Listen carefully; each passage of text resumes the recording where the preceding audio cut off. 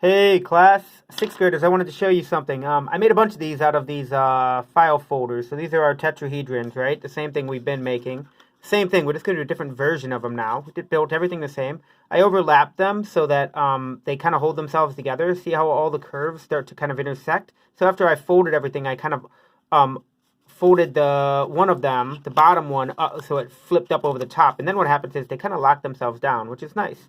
But I wanted to show you what happens when you put a bunch of these together. So these are out of like colored on like manila envelopes that you would use in file systems. We had some in our basement from I think teaching long ago. But I put them all together, and I have six of them here. We're going to need five. We don't need six, we need five. But what I wanted to show you is something called tessellation. When shapes fit perfectly together, like these two triangles do. Notice I'm taking these two equilateral triangles, the ones on the edge, and I'm pushing them down. And then I'm going to hold the yellow one down. See how they all start to fit together really nicely? Then the blue one, and I'm going to try to do this without losing it up. I lost the yellow one. Now notice that these all fit together perfectly. The blue, the red, the green, the yellow, and then let's do the pink. If I bring the pink in there, it's great. Now when I bring in the light blue, what interestingly happens is that I have a perfect tessellation, which means that they all fit together on a flat surface. The problem with that is if I tape them together like this, I just have a flat two-dimensional surface where they fit together.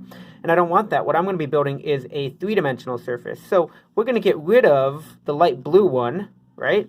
And what that does is now we've got basically a tessellation, almost a tessellation. We've taken one out. We've got five triangles that fit together, and we're going to tape them together. And what they're going to do is there's enough space now with this one triangle missing where it'll make a three-dimensional shape. This will be the beginning of our icosahedron. So our icosahedron will be from these five tetrahedrons being pushed together. So we start by making, first of all, we got to make five of them. And then you're going to basically tape those five together. So that's going to take me a little bit of time, but I'm going to tape all five of these perfectly together. And then what they'll do is they'll start to form the base of our tetrahedron.